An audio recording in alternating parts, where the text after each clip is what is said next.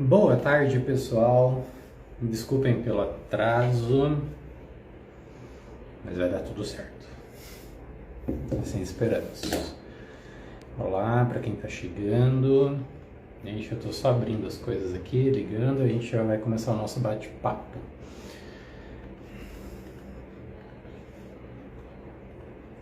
Bom que assim o Instagram vai avisando que já estou entrando, então o pessoal consegue ir acessando. Só preciso que alguém confirme para mim que está me ouvindo bem. Está escutando legal, que senão eu mexo aqui no meu foninho.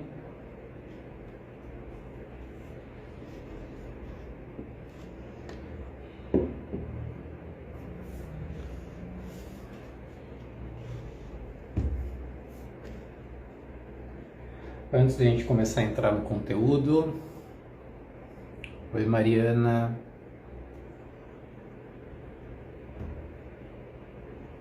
André. Obrigado pelo ok.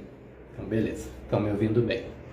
Antes de eu começar a entrar no conteúdo, lembrando que a gente vai ter mais encontros nas próximas segundas.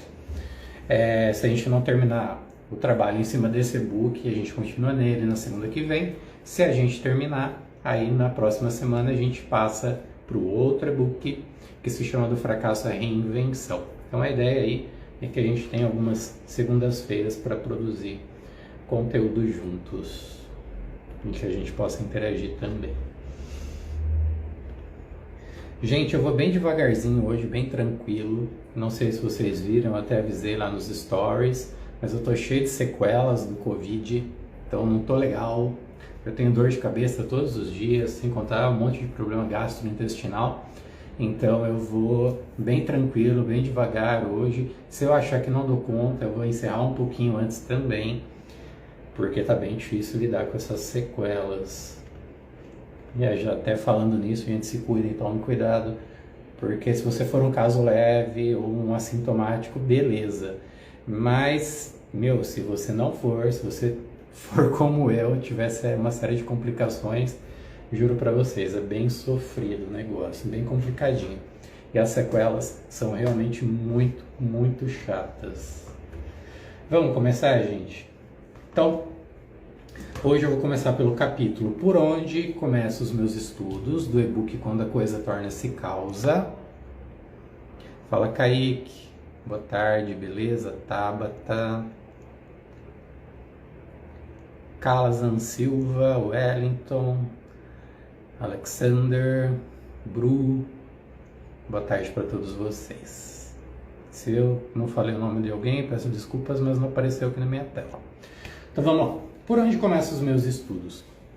Como eu disse para vocês já no outro encontro, tudo que está nesse e-book foi montado ou pensado a partir de muitas das perguntas que vocês fazem, seja aqui pelo Instagram, seja pela página no Facebook, seja pelo meu site, o canal do YouTube que está meio abandonado lá, que eu não estou mexendo lá já há alguns meses, mas também chega perguntas por lá, até porque o conteúdo do YouTube ele nunca morre, né? A gente larga lá e as pessoas vão vendo, ao contrário aqui do Instagram que vai ficando para trás. Então, como ele foi pensado a partir das perguntas, vocês vão perceber que cada capítulo ele responde a uma série de questões. Questões que vocês possam ter, que vocês fazem, ou vocês já estão aí em um caminho, também já se fizeram um dia. Quem mais está chegando aí? Dani, Antônio. Tem gente que eu não consigo ler aqui. Acho que é Samara, né? Tabata, boa tarde, Tabata.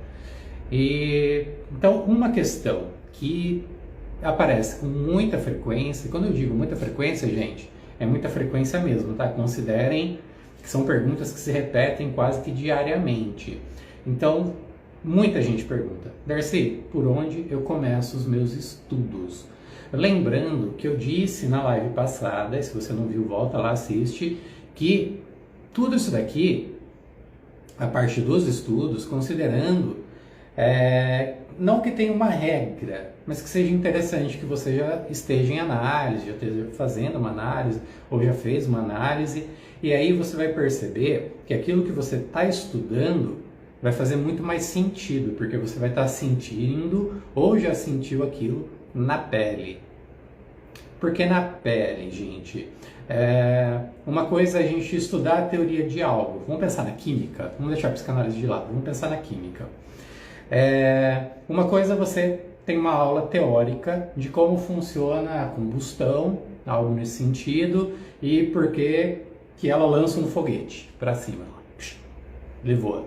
Me permitam a simplicidade do exemplo, que eu não sou o cara da química. Então você aprendeu teoricamente como é que rola uma combustão e um foguete decola. Beleza, você aprendeu teoricamente. Agora pensem a diferença de, por exemplo, você está numa escola onde você estuda aquilo teoricamente, mas você vai pôr a mão na massa, você vai praticar aquilo que você estudou. E aí você vai ter a possibilidade de construir um foguetinho lá com garrafa PET, com alguma coisa assim, nesse sentido.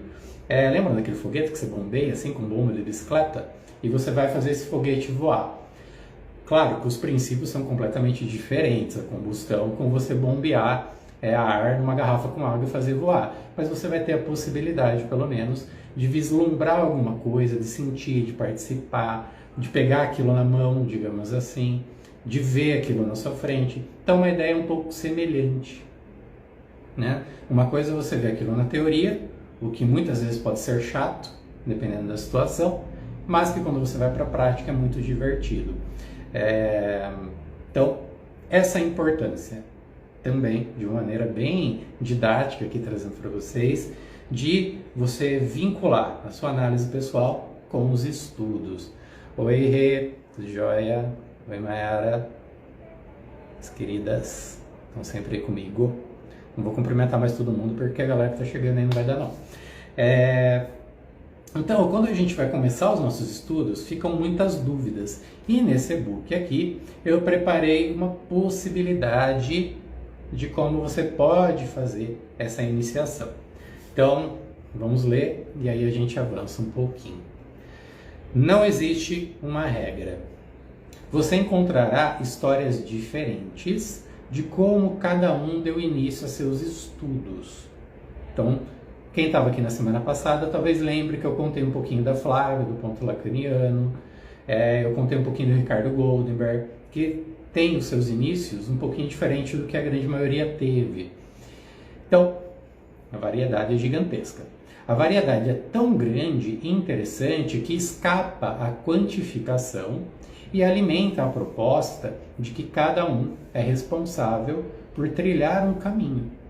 E se você está aqui hoje, na época lendo o e-book, mas se você está aqui na live, então considere-se incluído.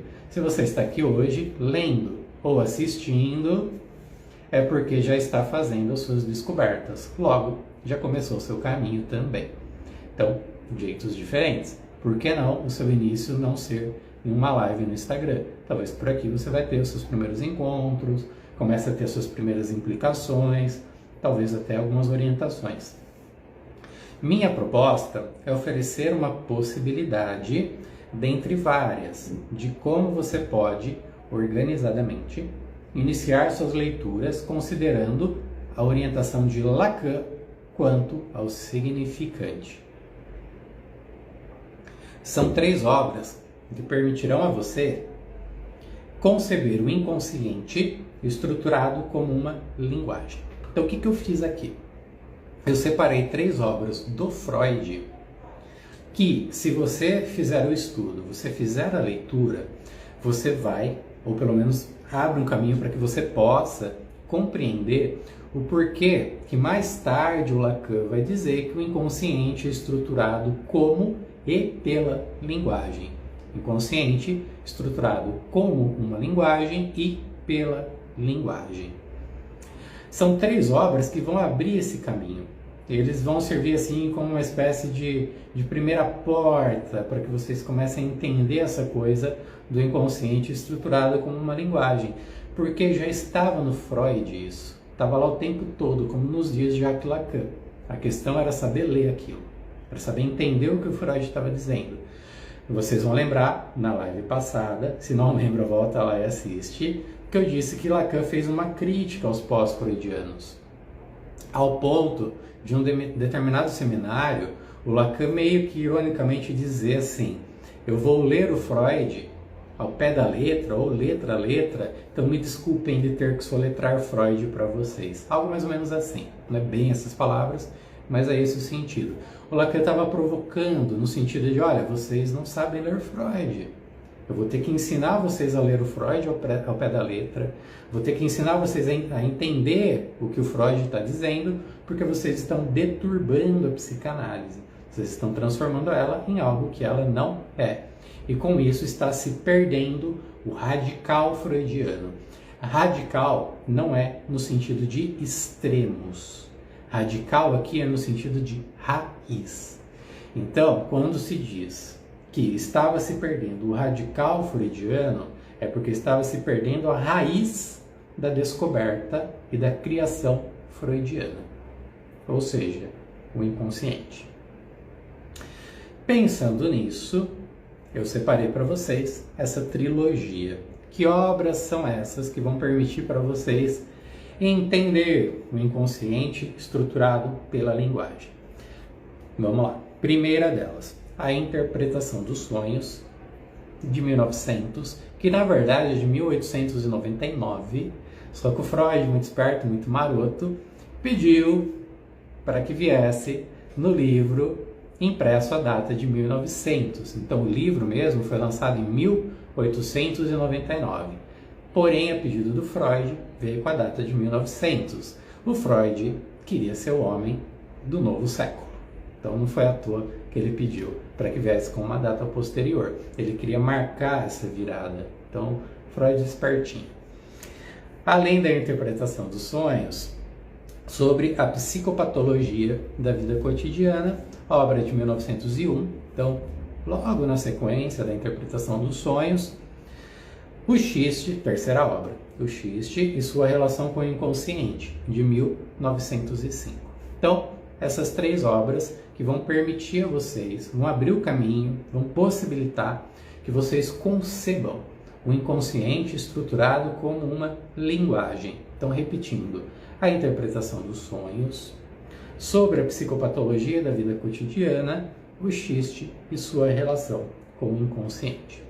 Sobre cada uma dessas obras, eu vou ler aqui com vocês um trechinho, é coisa rápida e curta, mas que vai orientar vocês com relação a cada uma.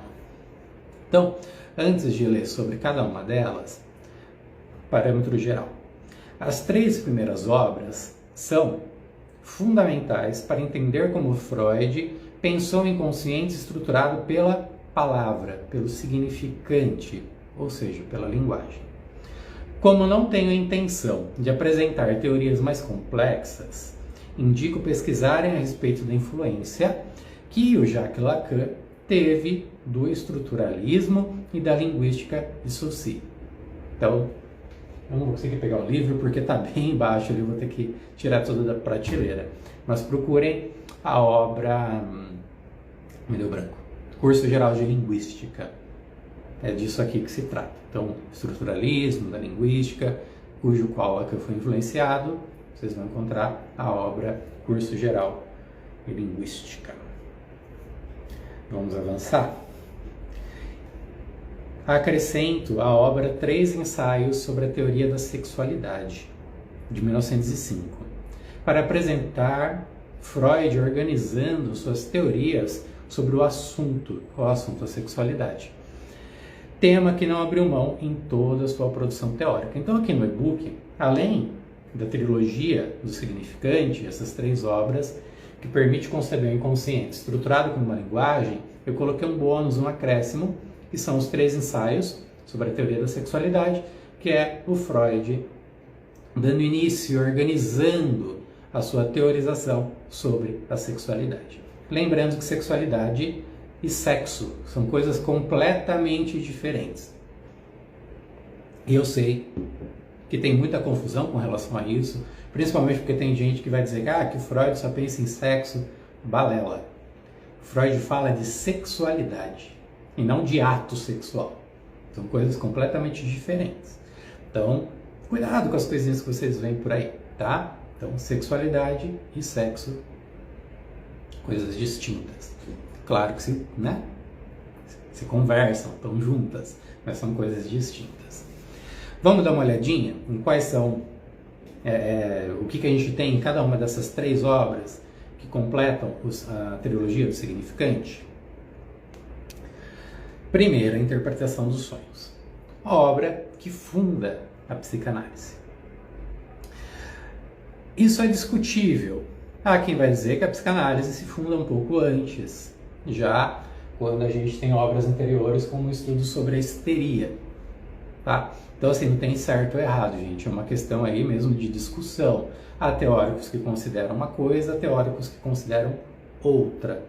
Eu realmente faço parte da galera que pensa na interpretação dos sonhos como a inauguração da psicanálise, como uma espécie de fincar a bandeira. Ou seja, daqui para lá realmente temos a psicanálise. Daqui para trás ainda temos hipnose, ainda temos catarse, coisas que o Freud abandona.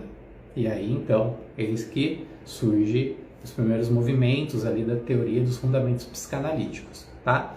Então, de novo, não tem um consenso com relação a isso. Há teóricos e teóricos. Eu faço parte daqueles que consideram a interpretação dos sonhos. Então, obra que funda a psicanálise, Freud apresenta nessa obra, através dos sonhos, suas descobertas sobre o inconsciente, de forma densa, com várias amostras, sonhos próprios, mas também de seus analisantes, seus pacientes. Demonstra conceitos fundamentais, como condensação e deslocamento. Então é nessa obra que vocês vão começar a estudar os conceitos de condensação e deslocamento, tá bom? Saliento que, realizando leitura contextualizada e dedicada, é possível verificar que, apesar do título, o analista não interpreta sonhos. Isto cabe ao analisante, ao paciente, mediante as implicações de quem? Do analista. É do relato do sonho que se trata a análise. Então, diferencinei para vocês. Então, apesar do livro se chamar Interpretação dos Sonhos, vocês não vão encontrar lá aquelas interpretações do tipo, sonhou com tal coisa, significa isso.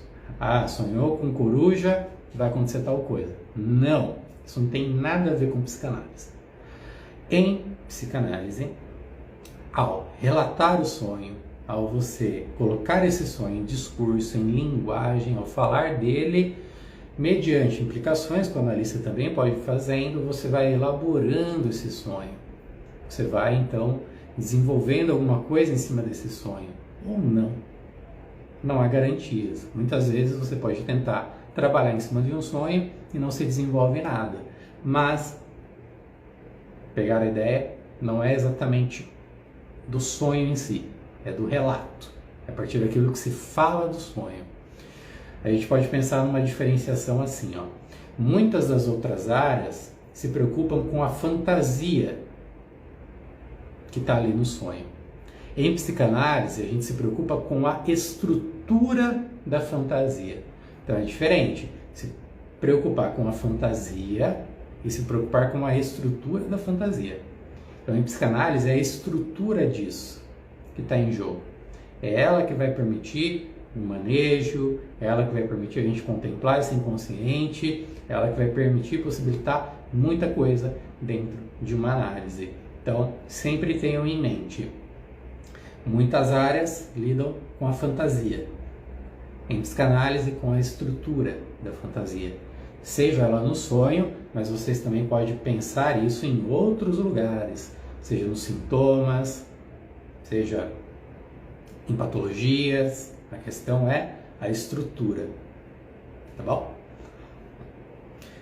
Como eu falei para vocês, era bem curtinho sobre cada uma dessas obras, porque a intenção aqui não é ser maçante, não é ser pesado, mas é um convite, uma possibilidade de abertura de caminho. Quando eu digo ali que a interpretação dos sonhos é uma obra densa, porque é mesmo, é gigante, é uma bíblia, praticamente. Tanto que tem edições que ele vem dividido em duas partes, parte 1 parte 2, de tão grande que é.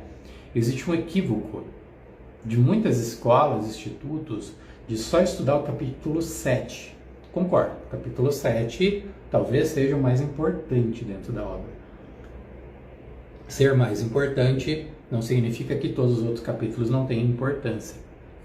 Então, leiam a obra por completo, por mais que ela seja densa e complexa também. Mas não caiam nessa ideia enganosa de que só importa o capítulo 7. Porque para o Freud chegar no capítulo 7, para ele chegar nos raciocínios que estão no capítulo 7, ele precisou desenvolver tudo que está no capítulo 1, 2, 3, 4, 5 e 6. Então é um conteúdo muito importante. Até porque, se você for direto para o 7, talvez falte coisas que estavam no 1, no 2, no 3, no 4, no 5, no 6 e por aí vai, tá? Então, cuidadinho com isso. Por isso que eu digo ali, leitura contextualizada e dedicada. Ou seja, não tenham preguiça. Como é que você contextualiza? A gente vai ver lá na frente, quando ler Freud, que a gente tem esse capítulo, tá? Mas, enfim, guarda essa informação. A leitura também precisa ser contextualizada. Vamos para o segundo livro dessa trilogia, que é o livro sobre a psicopatologia da vida cotidiana. Galera, pode fazer comentários aí, pode mandar as coisas, tá? Eu vi que a Rê mandou uma carinha com uma gotinha assim. Fiquem à vontade, tá? Como eu falei, eu vou meio devagar, porque eu tô todo sequelado aqui de Covid, mas a gente vai produzindo. Na semana passada eu tava um pouquinho melhor, né? Acho que vocês perceberam.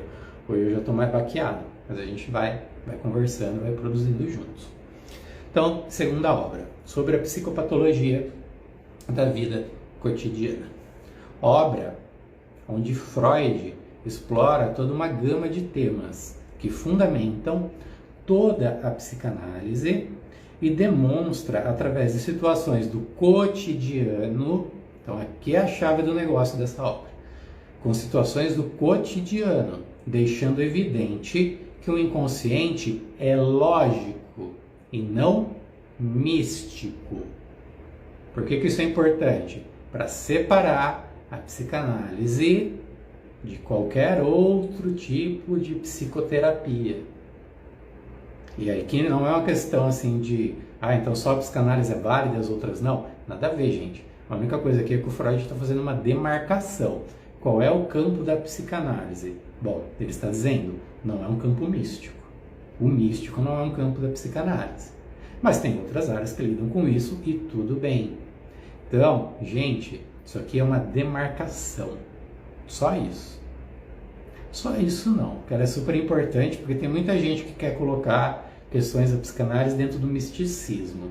E aí vai fracassar miseravelmente, porque Freud trabalhou muito para que isso não acontecesse, psicanalistas posteriores também, assim como Lacan, que eu sempre cito aqui com vocês, que vai dando uma base para os nossos estudos, tá? Então o inconsciente é lógico e não místico. Mas Darcy, para o Jung tal coisa. Tá, mas o Jung não é psicanálise, é psicologia analítica. É outra coisa. E tá tudo bem. Só que são coisas diferentes. Mas o Jung não foi psicanalista durante um curtinho espaço de tempo. Depois ele tretou lá com o Freud e foi fundar e fundamentar a psicologia analítica. Então, de novo, gente, isso aqui é uma marcação, tá? E o e-book resolveu desligar. Deixa eu só ligar ele aqui para a gente continuar. Pronto. Está muito boa a explicação. Obrigado, Rê. Valeu. Obrigadão. Então, seguindo sobre o inconsciente e também sobre o cotidiano. Presente, então inconsciente, presente e perceptível em nossos cotidianos, em tudo o que fazemos.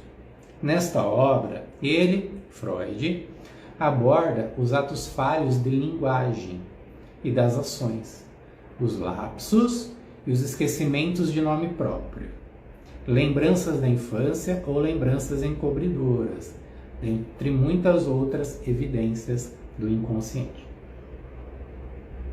Boa tarde, Danilo. Então, na psicopatologia da vida cotidiana, o Freud ele está interessado em mostrar para nós que o inconsciente está lá o tempo todo.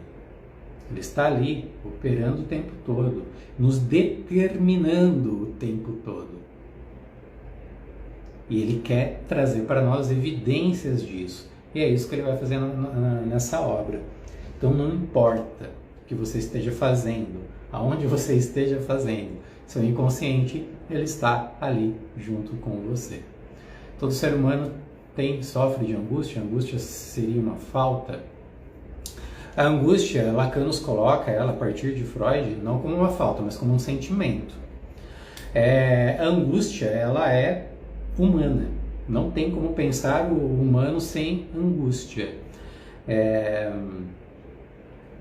A angústia, ela marca o real no corpo. A angústia, ela aparece para nós, por que a gente sente ela? Né? Por que ela não é mediada pela linguagem? Porque não há linguagem que dê conta do real da angústia. Então, às vezes, a gente vê algumas pessoas dizendo, mas é alguma coisa que ainda não se simbolizou. Acontece que o real não é simbolizável. Não dá para simbolizar o real. Por isso que ele é o real. Então, o real é aquilo que escapa ao simbólico. Aquilo que escapa ao imaginário, mas que faz laço com eles. É como se a gente pudesse, gente... Cara, eu ia precisar de uma lousa. Deixa eu ver o que eu consigo fazer para vocês. A angústia também pode ser entendida, deixa eu ver seu nome aqui, Alexander, como a presença de um objeto que você não gostaria que estivesse ali, mas está. Só que um objeto que você não tem linguagem para falar sobre ele. É uma coisa que você não consegue alcançar. Então, sabe? Como se fosse algo meio que espreita. Estou buscando didáticas para vocês, tá, gente? Para falar sobre isso. Porque isso é bem complexo. Mas não existe ser humano sem angústia. Até porque o ser humano é um ser faltante. Sempre falta. O tempo todo. Então, até para marcar para vocês uma certa diferença entre filosofia e psicanálise... Comecei a ficar de xarope agora no nosso encontro, hein? Porque eu vou começar a trazer coisas complexas.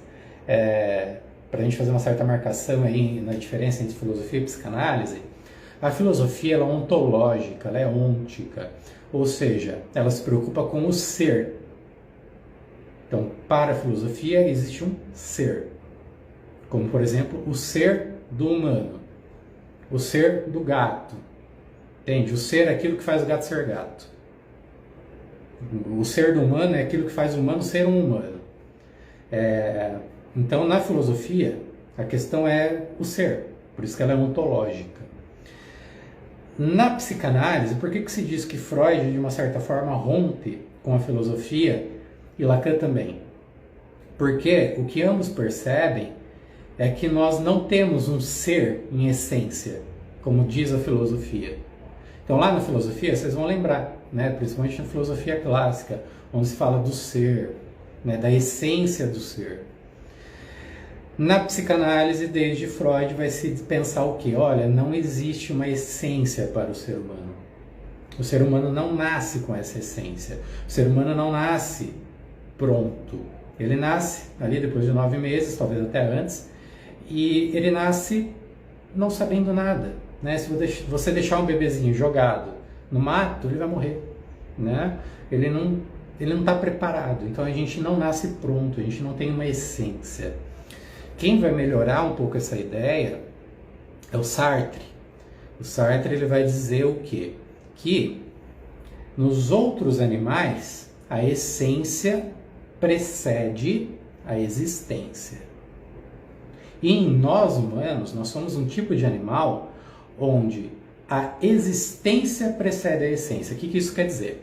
Quer dizer o seguinte, que nos outros animais, quando eles nascem, já tem ali no seu registro, na sua essência, quando eu digo registro, é genético mesmo, ele já tem as informações que ele precisa para sobreviver no mundo.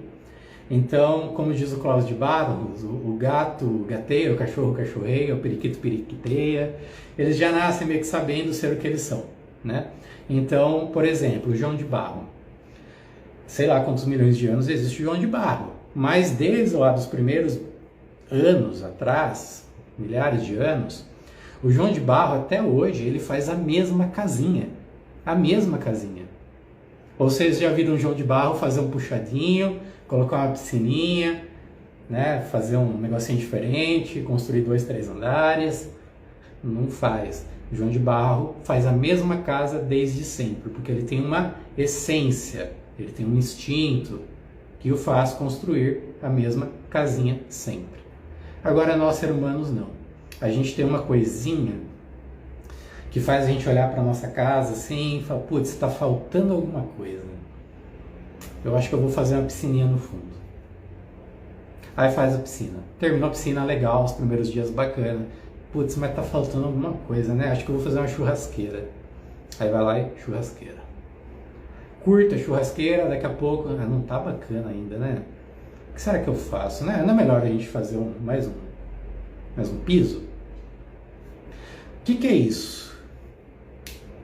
O Freud percebeu que para nós sempre existe uma falta, sempre falta alguma coisa.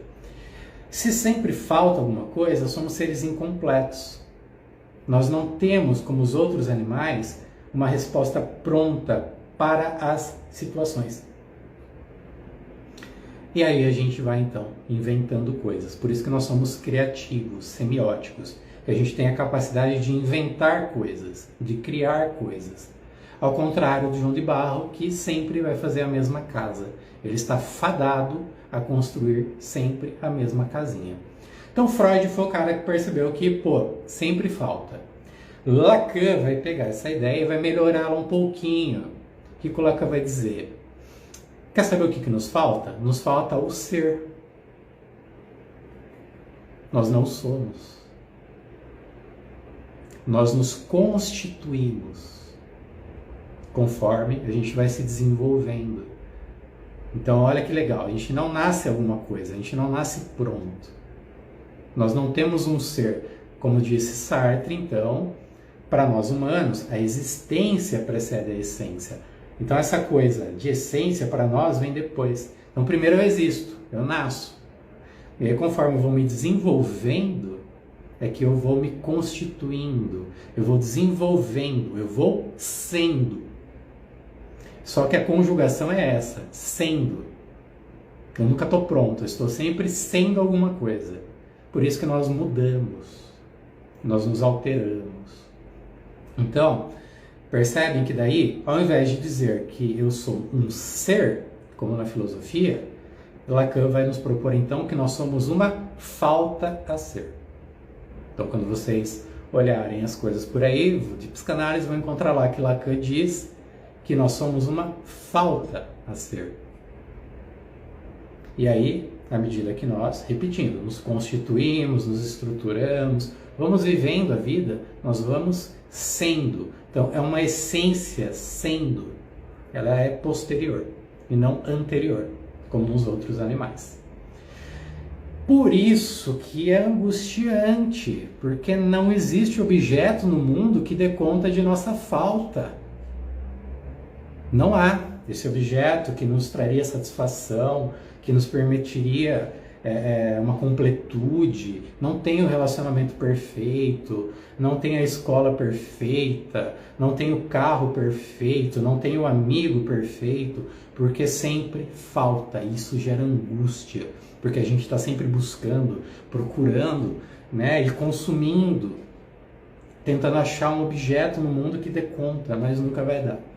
Então nós, seres humanos, estamos fadados a isso, fadados à incompletude, fadados a uma falta a ser. Pô, que merda, né, Darcy? Que coisa mais chata. Não, porque é justamente isso que nos faz seres criativos, seres de linguagem, seres capacitados, de uma certa forma, a buscar soluções novas, a desenvolver ciência. Ciência é linguagem. Então é isso que nos permite criar. E aí vocês vão perceber certas críticas, porque se somos criadores, isso vai bater um pouquinho de frente com alguns discursos da religião. Tá? Então, uma ponta aí para vocês, né, pegarem questões da ética, tá? Eu vi que foi aparecendo várias coisas aqui, deixa eu só puxar um pouquinho. por isso que somos um ser propenso à evolução. Essa questão de evolução, ela é meio discordante na psicanálise teniane, né? Porque quando a gente pensa em evolução, confunde-se isso com progresso, e evolução é diferente de progresso. Então, se a gente pensar pela biologia, Darwin, a evolução ela é mais sinônimo de adaptação e não de progresso. E adaptação não necessariamente, se tiver algum biólogo aí me ajude, adaptação não é necessariamente melhorar ou progredir. Tanto que há espécies que de repente o ambiente está muito agressivo, ela pode retornar a um estado anterior, ou seja, ela se adapta para continuar sobrevivendo. Então percebe que ela não progrediu, pelo contrário, ela retornou. Então, a psicanálise não fala exatamente de evolução. Não é bem essa a ideia da psicanálise. Porque evolução já pressupõe que um dia a gente vai ser humano, ou uma falta ser humano. Deixa eu tirar disso, deixa eu falar de uma maneira mais normal. Quando a gente fala em evolução, dá a impressão que um dia a gente vai ser um ser humano melhor. Não é bem disso que se trata a psicanálise. A psicanálise não pressupõe, ela não promete que você vai ser um ser humano melhor. A ideia da psicanálise é contemplar seu inconsciente, possibilitar que você, ao se responsabilizar e se implicar, seja mais criativo frente às mazelas da vida. E ser criativo, percebe que não é a mesma coisa que evoluir, porque eu posso ser criativo dando um passo para trás. Então, aí alguns joguinhos para a gente poder pensar. Renata, até emociona quando entra Lacan. Lacan, né? Sou suspeito para falar. Por isso que recalcamos. Também, Alexander, também. O motivo do recalque são muitos. Então, assim, também é um motivo. O recalque ele é uma coisa assim, civilizatória, né? Se não houvesse civilização, não haveria o recalque. Né? O recalque ele só é possível porque existe uma inserção do sujeito na civilização. Ou, lacanianamente mais falando, na linguagem. Então, o recalque ele vai tendo aí funções que também são da ordem do laço social. Eu não vou entrar muito nisso porque não é intenção nesse momento, mas acho que deu para, pelo menos, pegar um pouquinho, né? Não queria deixar sem resposta. Oi, Lilian. Alexander, maravilhoso. Mayara, a falta nos permite abrir possibilidades. Exatamente. Por isso que eu dei o exemplo de João de Barro, né?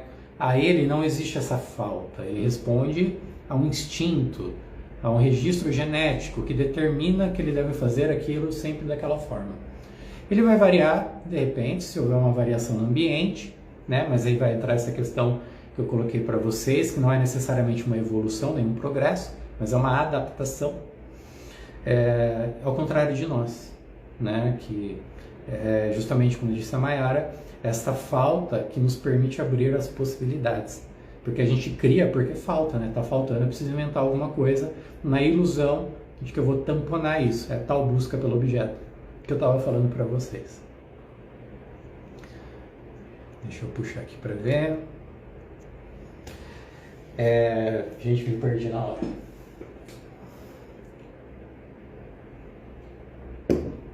Deixa eu dar uma sequência aqui, para a gente pelo menos conseguir fechar hoje com a trilogia. Provavelmente não vai dar tempo de ver o estudo de caso, mas a gente vê isso na semana que vem. Então, sobre a ficou claro para vocês tudo que eu falei? Eu entrei em temas aí mais complexos, já comecei a trabalhar teoria mais profunda com vocês. Deu para pegar legal?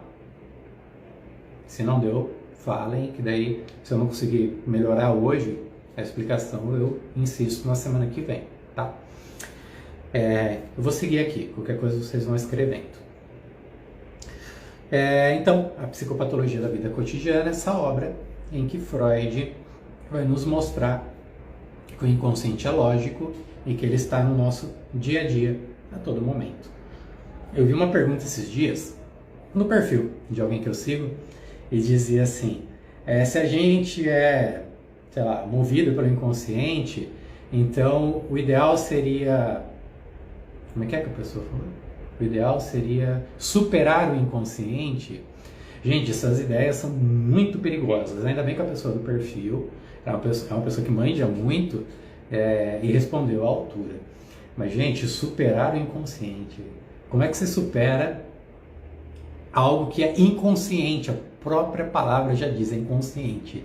É algo que você não tem controle. É algo que te escapa. É algo que você sequer nota que está lá te determinando. Como é que você vai superar isso?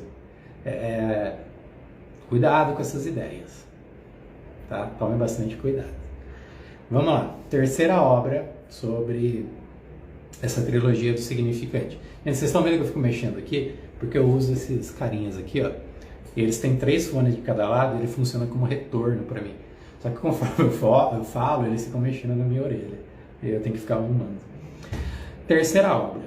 O Xiste e sua relação com o inconsciente. Para mim, melhor obra de Freud, assim, de longe, e ao mesmo tempo uma das mais complexas. O Xiste.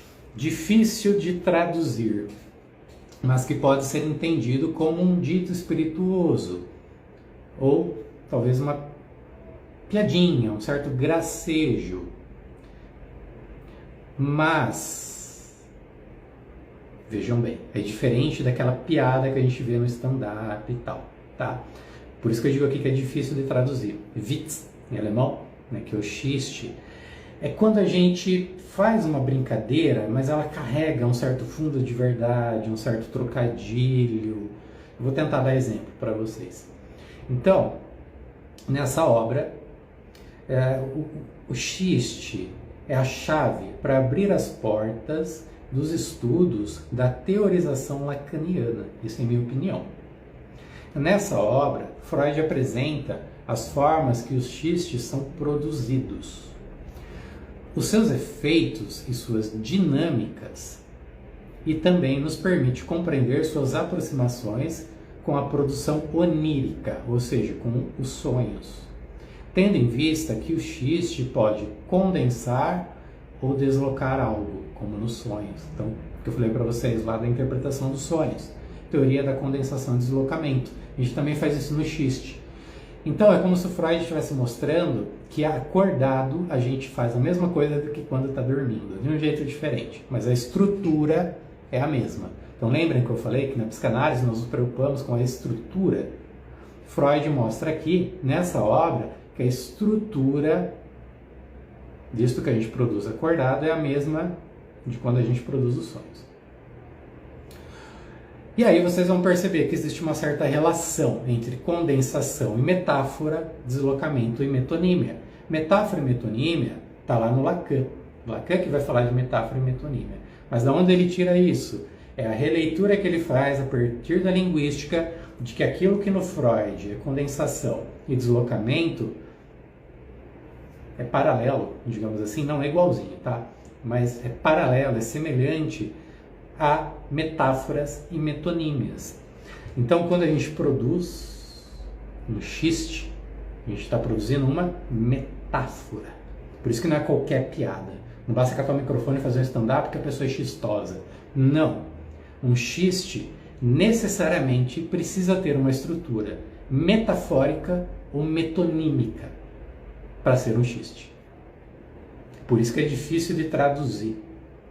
Porque não tem no português uma palavra direta para o Witz do alemão. Então, pegar a ideia tem que ser algo de um gracejo que soe aí como uma piada, mas que tem uma estrutura metafórica ou metonímica. Complexo, né? Vocês estão vendo que estudar psicanálise não é nada fácil. Por isso que a gente luta aqui contra esses milhares de coisas absurdas que a gente vê sendo postados na internet o tempo todo e que é um engodo, que engana todo mundo. Vocês estão vendo que psicanálise é outra coisa, é bem complexo. E aí eu concluo. Com as leituras e estudos dessas 3 obras, fica mais fácil compreender porque Lacan disse que o inconsciente é estruturado como uma linguagem. É notório, nos exemplos de Freud, a palavra, o significante enquanto estruturante do sujeito. do inconsciente e as formas como se manifestam no dia a dia. O significante representa o sujeito para outro significante. Isso eu mencionei para vocês na live anterior, dá uma olhada lá. Então, o significante representa o sujeito para um outro significante. Então, o sujeito é um efeito de significantes. Vamos tornar isso mais didático? O sujeito é um efeito da linguagem. Sujeito, nós, pessoas, nós somos efeitos de linguagem. Porque a linguagem também é isto que criamos para dar conta daquela falta a ser. Então, através da linguagem, a gente simboliza as coisas. Eu ia fazer um desenho aquela hora, né? Nem sei. Acho que deu para entender, não precisa fazer o desenho. Mas eu vou tentar na próxima live já deixar uma luzinha aqui, uma canetona para se precisar. Então, pegaram a ideia? Ficou mais simples assim? Ao invés de dizer que o significante representa o sujeito para outro significante, fica um pouquinho mais didático dizer que nós, sujeitos, somos sujeitos devido à linguagem. É a linguagem que nos faz sujeitos. Até porque a gente já nasce inserido na linguagem. Quando você nasce, já escolheram o seu nome, isso é linguagem. Você nasce dentro de um certo ambiente, o ambiente também é linguagem. Né? As cores, que tá ali, vai ser cor tal, cor X, cor Y, as cores é linguagem. Você já nasce nos sonhos dos outros, porque os seus pais, sejam eles quem forem ou não, seus cuidadores, já vão ter ali seus sonhos jogados em cima de você, né? Eu sonho que seja engenheiro, que seja advogado, e essa linguagem vai recair sobre você. Então você já vai nascer inserido em uma linguagem, na linguagem do outro. Então você vai sendo constituído por esta linguagem do outro. Você vê que a gente não é tão, como que a gente pode dizer, tão inédito assim, né? A gente não é tão inédito, porque a gente nasce já inserido e vai se constituindo por essa linguagem que é do outro. Né? Então, por mais que a gente fale de singularidade, do sujeito, mesmo essa singularidade, ela tem um certo limite, porque a constituição, ela é pela linguagem, e a linguagem é do outro, a gente é jogado, né, nesse mundo de linguagem. Tá dando meu tempo aqui, gente, eu tenho atendimento para fazer às 17, então eu nem vou entrar aqui no próximo capítulo.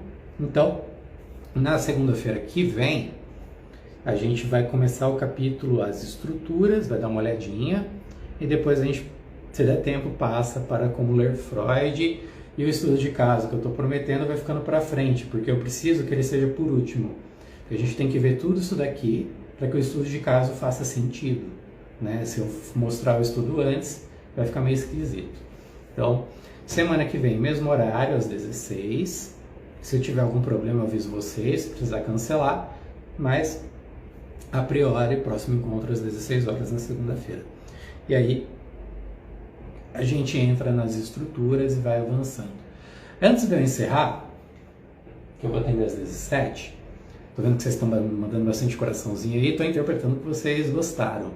Mas comentem, seja aqui ou seja depois que eu vou deixar essa live salva, comenta lá o que vocês acharam, se tem mais dúvidas, temas que de repente vocês queiram que eu trabalhe com vocês nos próximos encontros, a gente vai produzindo, tá? Porque eu preciso de um feedback de vocês para saber se isso aqui tá legal, se tá condizente com o que vocês precisam, porque tudo isso aqui é feito para vocês. Então a minha intenção é que vocês compreendam o que está sendo falado. Renata, maravilhoso, obrigado por compartilhar conhecimento. Eu que agradeço muito. E da gente que siga o perfil da Renata, a Renata Gonçalves, PC, ela tem um conteúdo muito legal lá. Ela traz uns conteúdos assim, de vez em quando ali, né, sobre psicopatias e tal, que é muito gostoso. E eu deixei de ler um texto que você publicou porque tinha spoiler. Você escreveu lá, né, aviso de spoiler, alguma coisa assim. Aí eu falei, eu não vou ler, porque eu estou interessado em assistir. Então, por isso que eu não li, enfim. Se tem aviso de spoiler, eu eu já deixo pra lá, quando é alguma coisa que eu tô interessado em assistir. Gente, brigadão, obrigado pela audiência de vocês, pelas participações, pelas perguntas. Sejam sempre muito bem-vindos. Um beijão. Até a próxima.